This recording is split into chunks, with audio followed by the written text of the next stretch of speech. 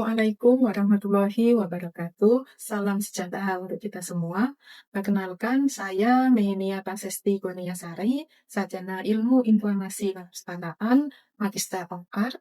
Saya bergabung menjadi dosen Ilmu Informasi Perpustakaan di FISIP Universitas Airlangga sejak tahun 2016. Saya merupakan alumni dari program studi S1 Ilmu Informasi Perpustakaan UNAIR tahun 2010. Kemudian melanjutkan studi S2 di Magister Kajian Budaya dan Media dengan minat studi Manajemen Informasi dan Perpustakaan Universitas Gadjah Mada pada tahun 2013-2015.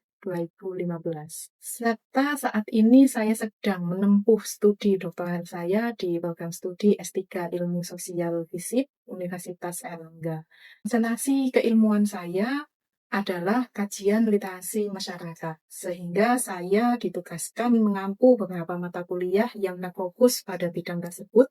Salah satunya adalah mata kuliah kajian literasi dan budaya baca. Dalam kesempatan ini, sebagai pengampu mata kuliah kajian literasi dan budaya baca, saya akan menyampaikan deskripsi diri terkait kegiatan pelajaran. Capaian pembelajaran lulusan dalam mata kuliah kajian literasi dan budaya baca sesuai dengan LPS adalah mahasiswa semester 5 setelah mengikuti mata kuliah ini diharapkan memiliki kemampuan untuk merancang strategi dan upaya-upaya rekayasa sosial dalam pengembangan literasi dan budaya baca masyarakat. Untuk mendukung capaian tersebut, dalam pemilihan ini akan dibahas konsep dasar minat, perilaku, dan budaya baca, pengembangan literasi dari perspektif reproduksi budaya, serta dampak pengembangan TIK dan budaya populer dalam pengembangan budaya baca. Agar kegiatan belajar mengajar berjalan efektif dan menyenangkan, saya menerapkan metode pembelajaran aktif dan kolaboratif seperti diskusi kelompok dan pembelajaran berbasis masalah atau problem-based learning. Diskusi kelompok yang dilakukan di setiap minggu untuk membahas topik tertentu dan berbagi ide antar mahasiswa. Sedangkan untuk pembelajaran berbasis masalah, mahasiswa akan diberikan contoh masalah nyata yang menantang bersumber dari berbagai pemberitaan media. Kedua metode tersebut dirancang sebagai bentuk inovasi pembelajaran agar mahasiswa terdorong untuk terlibat langsung dalam proses belajar yang dapat menstimulasi mahasiswa untuk mencari solusi dan mengembangkan keterampilan pemecahan masalah, serta dapat merancang strategi pengembangan budaya baca di masyarakat. Dengan demikian, mahasiswa dapat mengembangkan keterampilan berpikir kritis dan memperdalam pemahaman materi. Untuk penilaian, tugas meliputi keaktifan diskusi sebesar 25%, kedalaman argumentasi 45%, dan teamwork 30%. Sedangkan untuk penilaian UTS maupun UAS, mahasiswa akan membuat makalah yang berisi strategi pengembangan budaya baca di masyarakat. Komponen penilaiannya meliputi sistematika penulisan sebesar 15%, permasalahan yang diangkat 20%, metode yang digunakan 25%, pembahasan dan analisis 35%, serta kemutakhiran referensi 10%.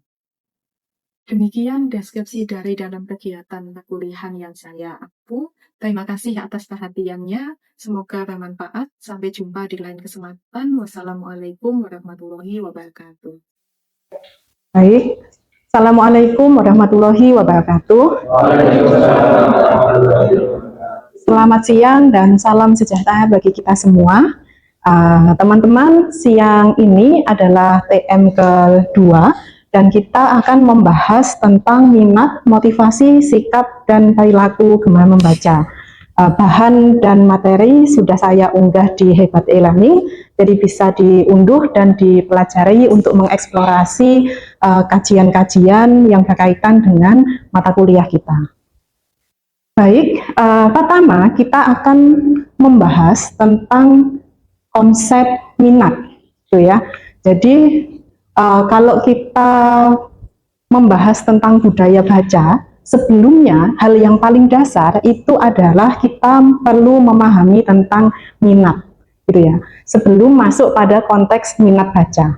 Minat, mungkin ada yang tahu sudah membaca sebelumnya apa itu minat? Ya, baik, Bayan silahkan. Baik, izin menjawab Bu, terkait apa itu minat. Sebenarnya minat adalah suatu keinginan atau kesenangan yang ingin dilakukan pada tiap tahun tertentu, misalnya minat membaca ataupun minat untuk berkeliling atau traveling berkeliling negara. Ya, baik, bagus sekali bahwa minat itu kalau kita terjemahkan dengan bahasa yang sederhana itu adalah sebuah kesenangan begitu ya, atau keinginan gitu ya. Jadi kalau contohnya kita senang dengan suatu kegiatan itu berarti menunjukkan kita itu minat terhadap satu kegiatan itu. Nah contohnya gitu ya, dari definisi Tampu Bolon itu menyebutkan suatu perpaduan keinginan dan kemauan yang dapat berkembang jika ada motivasi. Kemudian menurut Slametto juga menyebutkan bahwa minat sebagai suatu asa yang lebih suka dan rasa keterikatan pada suatu hal atau aktivitas tanpa ada yang menyuruh. Nah, jadi ada sesuatu keinginan, kesenangan, keterikatan gitu ya atas suatu kegiatan dan tanpa ada batasan di sini, tanpa ada yang menyuruh. Artinya kita melakukannya itu dengan senang hati, sukarela gitu ya, tanpa ada paksaan. Itu minat. Jadi kalau Anda kemudian disuruh oleh ibu Anda, bapak Anda, itu bukan minat gitu ya. Ayo bermain bola gitu ya. Itu bukan berarti Anda nggak punya minat untuk main bola, karena itu bukan lahir atau berasal dari kesenangan kita gitu ya. Dan minat perlu diketahui itu berada pada level psikologis. Jadi belum sampai pada act atau action ya. Jadi levelnya itu masih di level psikologis karena kan ingin, gitu ya, senang, gitu ya, tertarik. Jadi kalau misalnya contoh lain mbak-mbak jalan-jalan di mall lihat ada baju yang bagus, wah minat ini beli gitu kan ya, ingin membeli ini kok bagus bajunya. Nah levelnya masih pada level psikologis, keinginan, senang gitu ya, melihat, tertarik dan seterusnya. Nah ini levelnya di level minat begitu. Jadi kalau kita boleh simpulkan, minat itu adalah suatu rasa atau perasaan gitu ya, karena levelnya di level psikologis, akan suatu kesenangan, keterikatan, ketertarikan pada sebuah aktivitas tertentu. Itu hal yang paling dasar, konsep yang paling dasar yang perlu kita pahami untuk membahas budaya baca. Jadi level paling bawah itu adalah minat gitu ya. Nah, berkembang kemudian minat ini terminologinya menjadi minat membaca atau minat baca gitu ya. Minat baca menurut Steve Loka diartikan sebagai ciri kepribadian yang ditentukan oleh adanya motif yang mendorongnya untuk beralih ke buku karena menyadari adanya sistem pengetahuan keterampilan yang diperoleh dari aktivitas membaca. Jadi seseorang yang mengetahui gitu ya, atau tahu paham bahwa aktivitas membaca itu ternyata membangun sistem pengetahuan dan keterampilannya, dia akan senang begitu. Dia akan memiliki kesenangan pada minat membaca ini. Ya, contohnya tadi kalau Mas dan Mbak itu jalan-jalan ke mall lihat baju yang bagus, dari mana tahu kalau itu baju bagus? Ya kan? Karena Anda memiliki pengetahuan, oh baju ini warnanya bagus, cocok untuk saya, maka kemudian senang. Begitu pula dengan minat membaca. Seseorang yang paham dan tahu bahwa aktivitas membaca itu adalah aktivitas yang membangun sebuah pengetahuan, maka mereka akan beralih ke buku untuk membaca. Dan disinilah minat membaca itu diperoleh dari aktivitas membaca yang lahirnya karena kesenangan gitu ya, karena sukarela melakukan kegiatan ini begitu. Oke, sampai sini ada yang ingin ditanyakan tentang konsep dasar minat? Baik, silahkan Mbak Kania. Izin bertanya Bu, kan banyak banget Bu sekarang ini pemberitaan di media massa maupun media sosial yang memberitakan tentang rendahnya minat membaca ataupun ketertarikan terhadap perilaku membaca oleh masyarakat Indonesia itu sendiri. Itu menurut Ibu bagaimana ini? Ya, baik. Terima kasih pertanyaannya, bagus sekali. Betul bahwa kita banyak membaca, mungkin Mas dan Mbak juga sudah sekali melihat pemberitaan-pemberitaan di media sosial gitu ya, di media massa, bahwa minat baca masyarakat Indonesia itu relatif rendah gitu ya, cenderung rendah gitu ya. Ini yang kemudian perlu kita pahami, Mas dan Mbak semua, bahwa di masyarakat kita itu belum memahami konsep ini. Apa sih beda minat dengan perilaku? Kalau minat tadi ya masih sebatas keinginan gitu ya, masih sebatas ketertarikan, belum dilakukan. Tapi kalau sudah perilaku membaca, itu sudah doing. Jadi seseorang itu sudah melakukan aktivitas membaca, bukan lagi minat. Meskipun aktivitas membaca itu didorong dari minat. Nah, laporan yang ada gitu ya, pemberitaan yang ada itu menyebutnya minat, bukan perilaku membaca. Menurut Mas dan Mbak itu tepat apa enggak? Ya, karena gini, studi yang saya lakukan gitu ya, tahun 2021-2022 meneliti tingkat kegemaran membaca masyarakat Jawa Timur, itu menyebutkan bahwa sebenarnya tingkat minat baca masyarakat di Jawa Timur ini relatif tinggi. Jadi masyarakat kita, khususnya anak-anak, itu memiliki tingkat keinginan membaca yang sebenarnya cukup tinggi. Melihat buku yang ada di perpustakaan, mereka itu sebenarnya pengen membaca. Terus datang berkunjung ke perpustakaan, itu sebenarnya juga ada keinginan membaca. Tapi ketika meminjam buku sampai rumah, belum tentu dibaca. Nah, berarti pada tahap perilakunya itu belum. Tapi tahap minatnya itu sebenarnya relatif sudah tinggi gitu. Sebenarnya angkanya perlu digeser gitu ya. Angka minat baca masyarakat Indonesia ini sebenarnya tinggi. Seperti Anda contohnya ya, punya kan minat membaca, punya tumpukan buku banyak di kosan, di rumah ya. Minatnya tinggi sebenarnya, pengen baca, seneng gitu ya. Tapi untuk doing, untuk melakukan, nah ini pada level perilaku. Nah ini yang masih perlu banyak dikaji.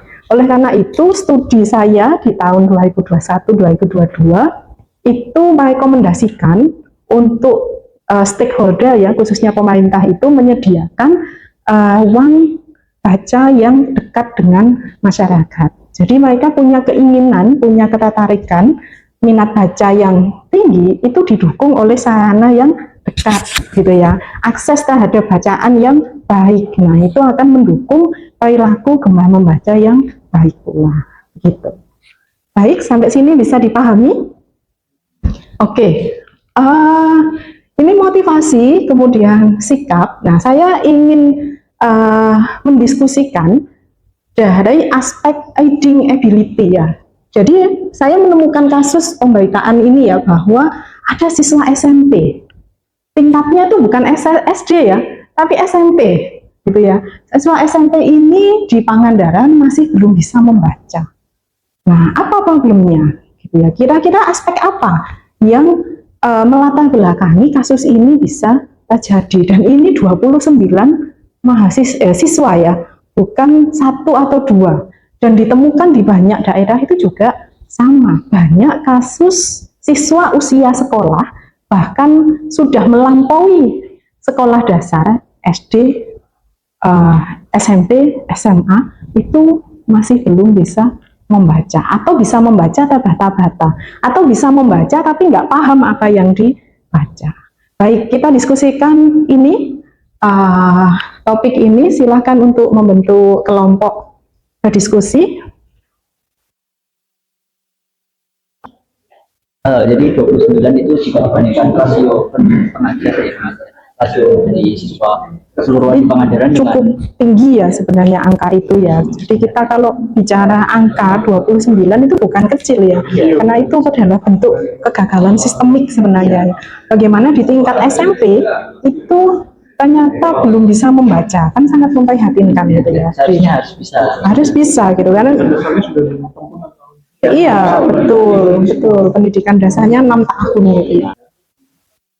Ini sepertinya diskusi yang paling aktif ini. Iya, sepertinya tertarik ini. Saking sudah mau lulus ya, jadi nggak ikut baca ya. Oke, gimana menurut pendapat kelompok ini? Ya, jadi tadi dimention kan ada berita 29 siswa SMP di Pangandaran itu belum bisa baca ini ya. Termasuk juga tadi Ibu mention ini juga terjadi di beberapa wilayah dan juga di Pangandaran. Jadi saya berasumsi bahwasanya harus ada penyebab yang sifatnya itu menyeluruh, bukan cuma di Pangandaran saja. Dan kalau dilihat sekarang kan dimanapun untuk strata anak SMP itu kan sudah pegang handphone, jadi ada pengaruh semacam teknologi. Terus tadi didukung oleh pernyataannya Mas Waskita, yang dimana siswa sekarang tuh udah nggak ada PR, jadi kemungkinan di rumah itu jadi lebih bebas dan minat belajarnya itu berkurang. Iya betul. Ya, Banyak.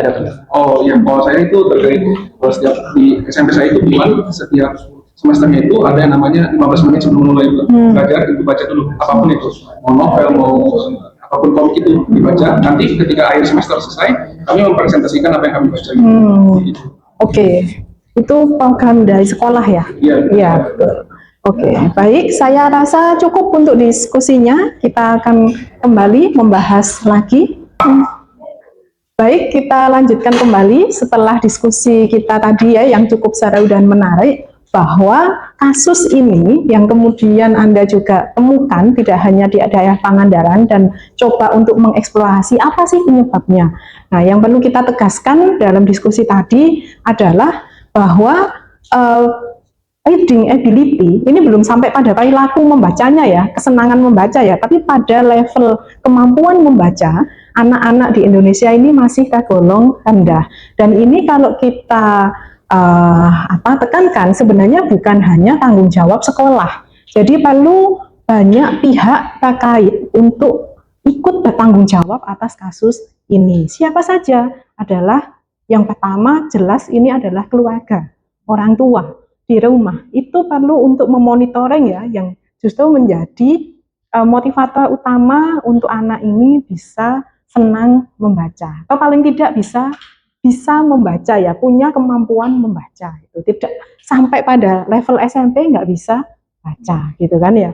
Nah kemudian sekolah sebagai institusi pendidikan juga punya peranan penting. Tapi tadi dari kelompok 1 juga menyebutkan bahwa sekolah dan pemerintah itu sebenarnya sudah punya inisiasi ya untuk mengembangkan perilaku gemar membaca di lingkup sekolah. Anda kenal dengan program GLS, Gerakan Literasi Sekolah gitu ya, yang membaca 15 menit, kemudian meresensi beberapa novel, beberapa buku. Itu kan sebenarnya upaya-upaya yang dilakukan oleh pihak sekolah untuk membangun perilaku gemar membaca.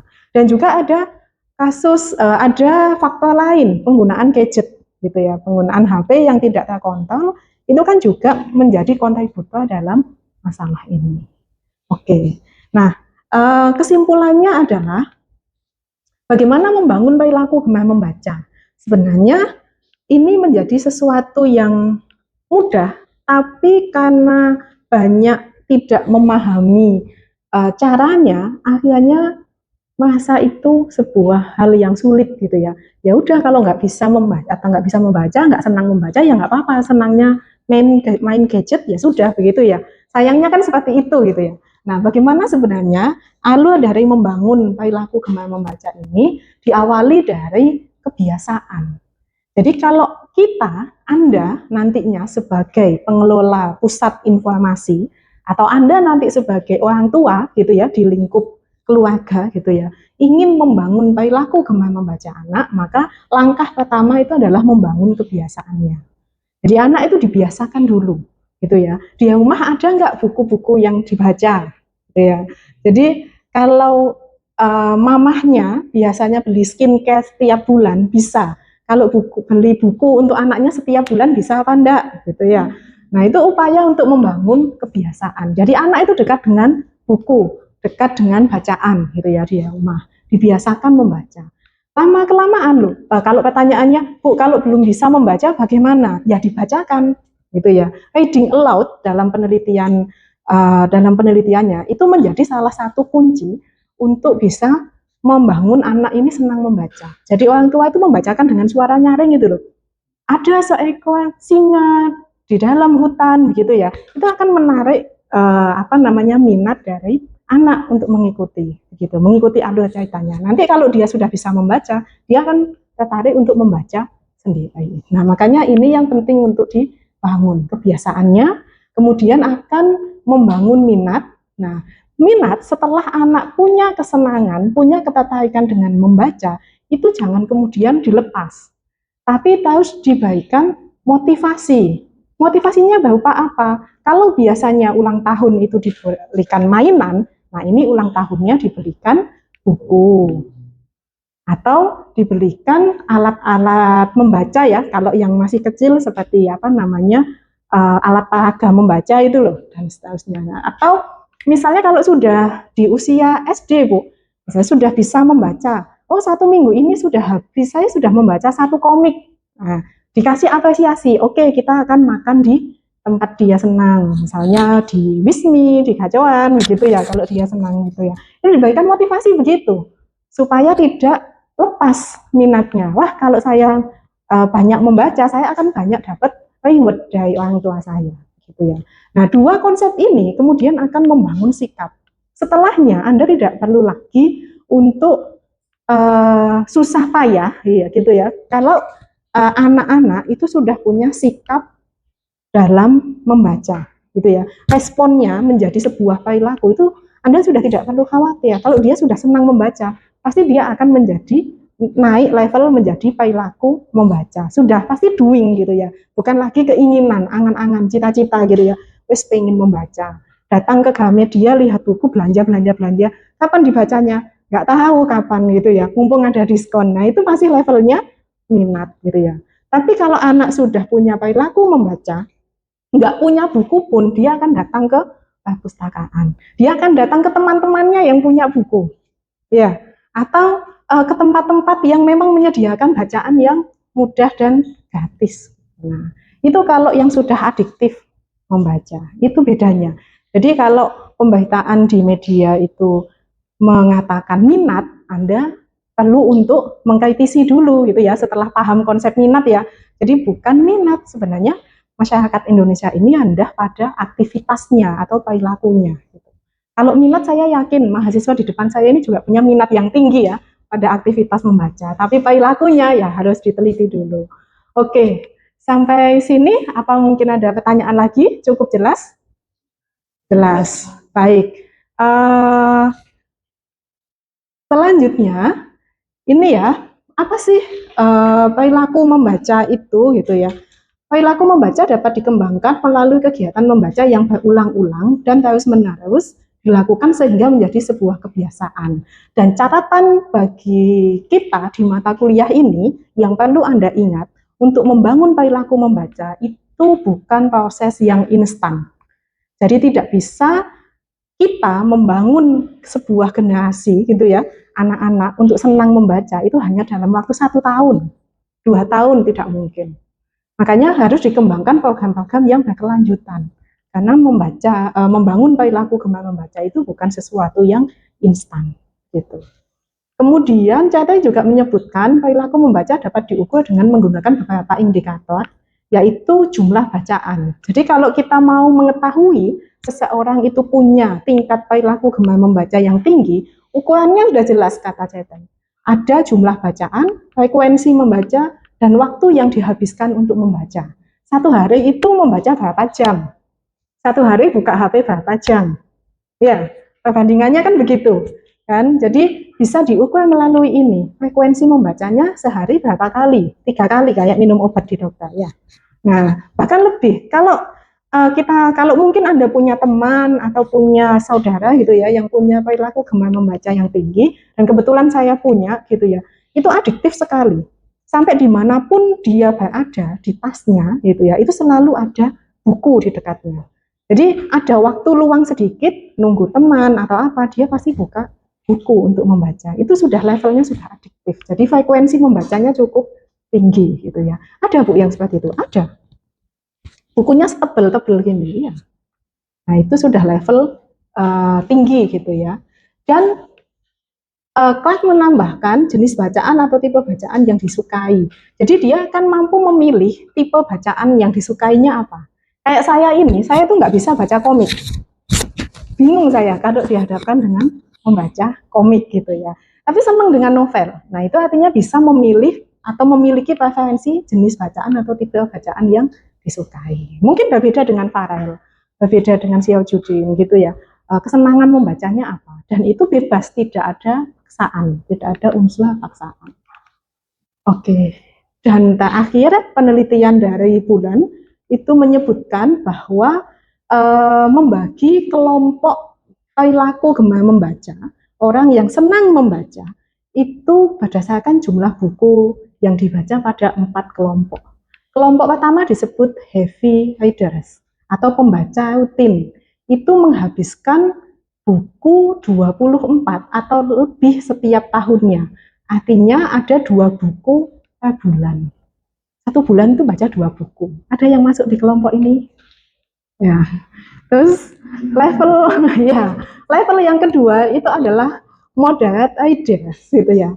Yaitu tipe pembaca yang agak rutin. Siapa mereka? Adalah pembaca ini biasanya membaca 7 sampai 22 buku ya per tahun, atau paling tidak 1 bulan dalam waktu 1 buku dalam waktu 1 bulan. Nah, ini kita masih ini ya masih memungkinkan gitu ya. Kemudian readers atau pembaca yang jarang. Ini membacanya 1 sampai 6 buku per tahun. 1 sampai 6 per tahun ya. Berarti 1 buku itu dibaca per 2 bulan. Siapa ini? Setiap 2 bulan menghabiskan 1 buku. Masih belum? Masih belum. Oke, satu lagi ya. Non-readers. Jadi disebut bukan pembaca. Bukan pembaca ini tidak melakukan kegiatan membaca dalam 2 bulan atau tidak dapat menghabiskan 1 buku bacaan dalam 2 bulan. Jadi 1 buku mungkin dibaca 3 bulan, dibaca 6 bulan gitu ya. Saya tidak tahu apakah sampai segitu ya. Makanya penelitian-penelitian dari luar negeri itu menyebut perilaku gemar membaca kita rendah. Karena kalau ditanya anak di usia sekolah gitu ya, mereka 1 buku ini dihabiskan berapa bulan? Berbulan-bulan. Nah, indikatornya salah satunya ini, makanya disebut non-readers, bukan pembaca. Karena kalau yang membaca adalah mereka yang mampu gitu ya menghabiskan buku dalam waktu 1 bulan itu minimal 1 buku. Baik, terima kasih untuk perkuliahan kita sore ini. Semoga yang saya sampaikan bermanfaat dan minggu depan kita akan ketemu lagi untuk membahas bagaimana tingkat perilaku gemar membaca itu berdampak pada kemampuan akademik. Dan ini adalah daftar pustaka yang nanti bisa dieksplorasi ya untuk memahami lebih mendalam. Saya akhiri kelas hari ini. Sampai jumpa minggu depan. Assalamualaikum warahmatullahi wabarakatuh.